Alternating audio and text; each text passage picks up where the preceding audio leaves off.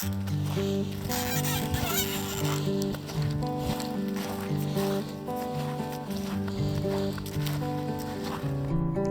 sun is shining, the puppy is making a mess, the kids are doing their schoolwork, the seed packets are starting to call to me.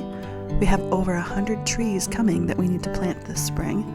We're preparing to order chickens, we're getting ducks this weekend, and picking up piglets in the next month or two, which all seems like the perfect time to also welcome a new baby into our household. There's a good chance that everything we have planned is going to implode at some point, especially my main goal of the summer, which is to get a little egg stand constructed and implemented. However, it's good to have goals, and I personally like to stay busy. As we've added more kids to our posse, I've learned the value of flexibility, and honestly, if everything implodes, it will still work out. We will just adjust and move on with fresh goals and resolve. As we prepare for the upcoming spring weather and our homestead, we are also preparing for the birth of baby Waylin. We're not ones to keep the names of our babies to ourselves until the child comes. Putting a name to a life that already exists is valuable, and is an eternal soul has become important to us as we have more children. Waylin is due sometime toward the middle to end of March, and we are excited to welcome him into our busy and very crazy life. For you formed my inward parts, you knitted me together in my mother's womb. I praise you, for I am fearfully and wonderfully made. Wonderful are your works, my soul knows it well. My frame was not hidden from you when I was made in secret, intricately woven in the depths of the earth. Your eyes saw my unformed substance. In your book were written, every one of them, the days that were formed for me, when as yet there was none of them. Welcome back to my healing home. My name is Rachel, and that over there is my husband Dan. We live in the heart of the Midwest on 40 acres with pigs, chickens, bees, turkeys, and whatever else we decide to try. We have the privilege of parenting and homeschooling 3 rambunctious but lovely blonde-haired little boys who constantly are making life interesting. Oh, and there might be another one on the way.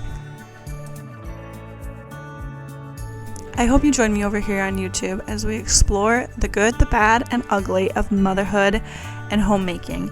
But more important, rejoicing in the privilege of our sanctification as we learn to live and thrive for the glory of God alone.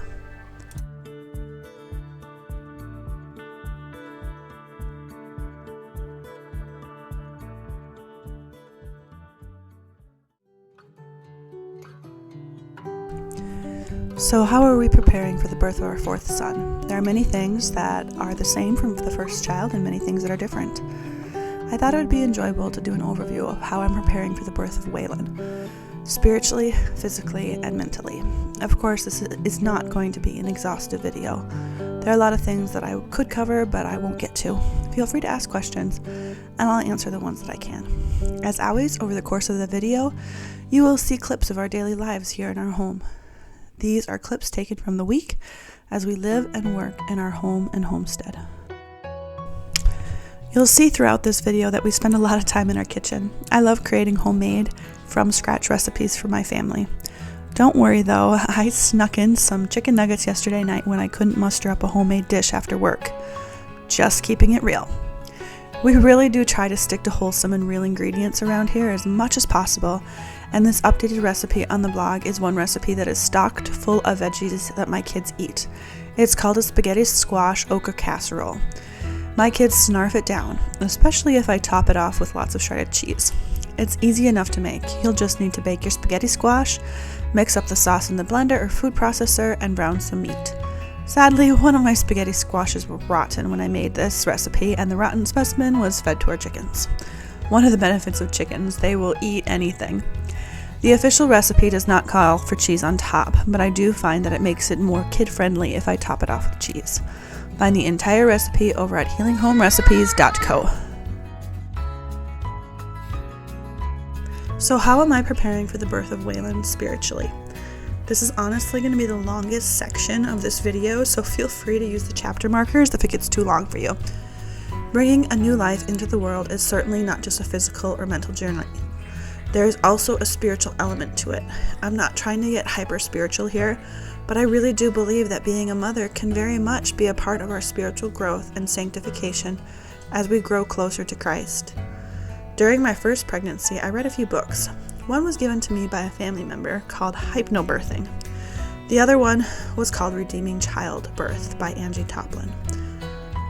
These books comes from fairly opposing views in many areas. I don't remember much about hypnobirthing, to be quite honest, besides that it didn't feel quite right for me. That's not to say it's not a valuable practice, just that after 4 babies, it hasn't stuck around.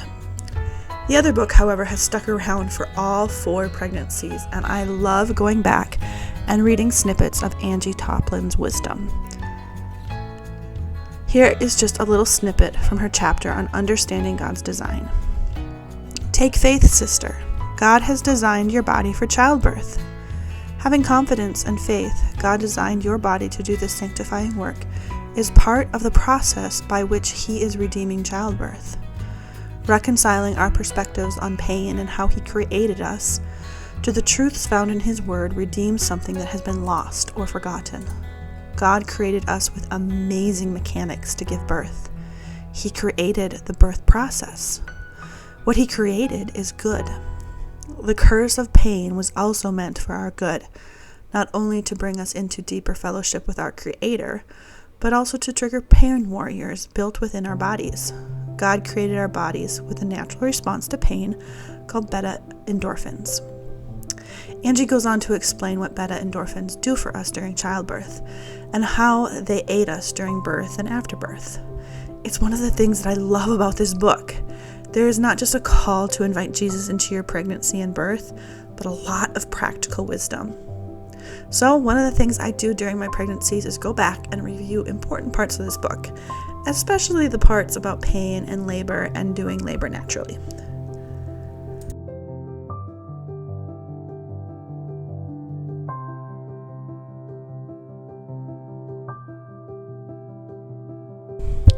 Now that's not to say that I don't support women who choose another route. I have done 1 labor and delivery with an epidural with my first, and I don't regret it at all. The next 2 were natural labors, 1 in the hospital and 1 at a birth center. All 3 labor and deliveries have been very different, and even if I choose to go to a hospital with this birth and do a modern intervention like an epidural or C-section, I would go into it confident in my decision and at peace. I think that's something that our modern sisterhood needs more of. Support. Support no matter what your birthing choice is. All of this leads me to something that I've used with all 4 pregnancies, which are affirmation cards. I made these in 2017, inspired by the 2 books I mentioned above, and read them and recited them throughout the pregnancy, but especially as I went into labor. I did the same thing with West in 2019 and again with Wilder in 2022. With this pregnancy, I decided that I wanted to make them into something a bit more pretty and durable. Each card focuses on a fruit of the Spirit. I love the sayings on all the cards, but one of my favorites is I choose joy. And it says, I will not give in to temptation to wallow in self-pity. I will celebrate each contraction as one step closer to holding my baby. I will remind myself that this is the event I have waited months for.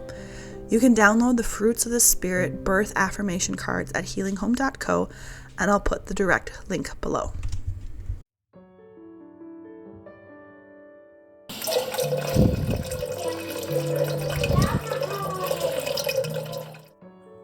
So what am I doing physically to prepare for Waylin's arrival?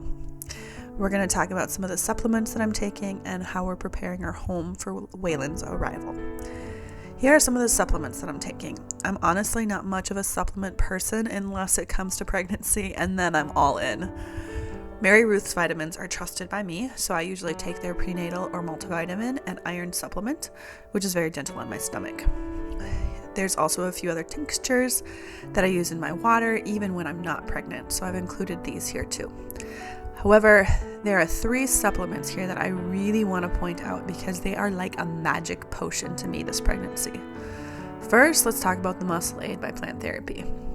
I have a herniated disc that gets very aggravated during the end of pregnancy. This muscle aid is the only thing that I have found that touches the pain in a natural way. Highly recommend.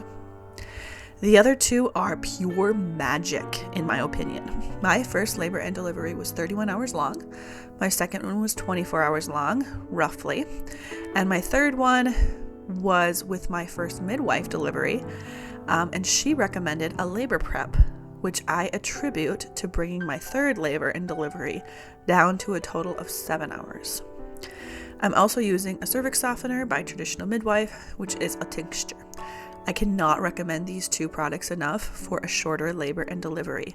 At least that's what happened for me.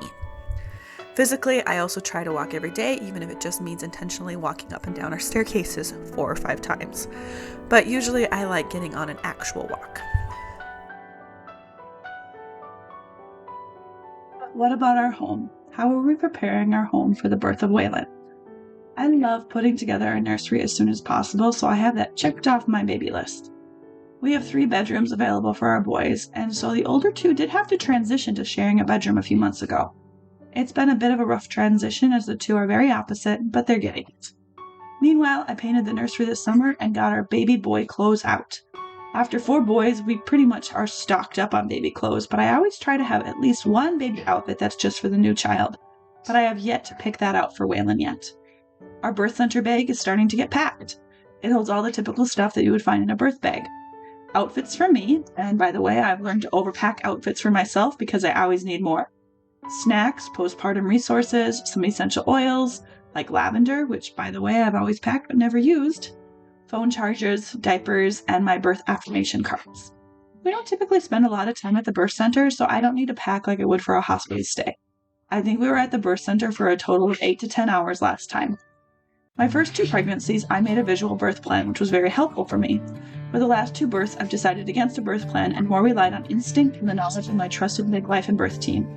A birth plan was very important to me the first 2 labors and deliveries, but have become less important as we are more used to the process. I do have a visual birth plan resource on my website if you're interested in learning more.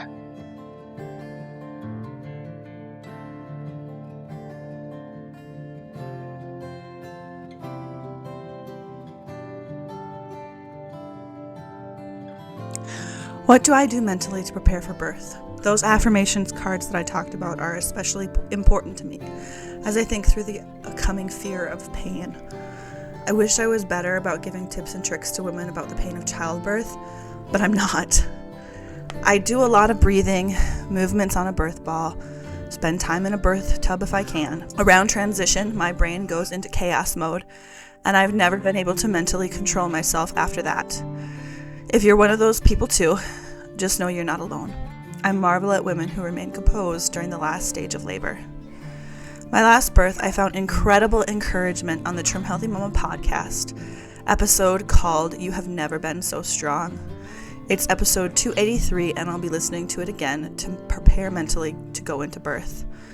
We as women have been created for birth, and it's an incredible privilege. I like to recite 2 Corinthians 12:9 during transition. My grace is sufficient for you, for my power is made perfect in weakness. Pregnancy nesting is typically a combination of a mental and physical marathon. I'm one of those pregnant ladies that is quite honestly terrible at following rules. I like preparing my physical space for the upcoming baby, and I go to great lengths to make it happen. I've been known to move entire armoires, paint entire rooms, move couches, lift cabinets, and more that I should probably not admit to on the internet. This pregnancy has been different though. I'm in a different mental space, and I found more peace by decluttering our home than by DIY projects and making a space more beautiful. Our home probably has never been so decluttered as it is now.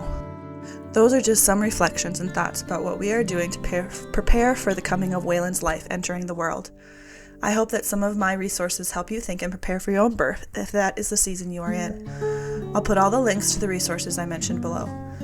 I know I could have gone deeper into things and have explained some of the benefits of why I prefer to give birth naturally if I can, but I have found that typically I will never change somebody's mind. I find more value in just listening to a fellow mama's heart about what she does than somebody trying to argue their way into changing my mind or your mind about birthing choices. I hope that I have done the prior and just shared from my heart things that we are doing to prepare Birth can be scary and empowering all at the same time. We are eager to welcome Waylin into our home and family. Our boys are becoming very excited to welcome another baby and have begun to take more responsibility with household chores, which helps put my mind at rest even more. I'll leave you with one last story from our second birth, which was a hospital birth. It was my first natural delivery, and I did a lot of things wrong and was honestly embarrassed. After the birth, a nurse came to see us, and after sort of expressing my embarrassment, she quickly cut in and said, "You did amazing. You didn't even curse or swear during delivery," which is something I don't think I've ever seen. I remember being naively shocked. Really? People are cursing and swearing as their God-given baby is born?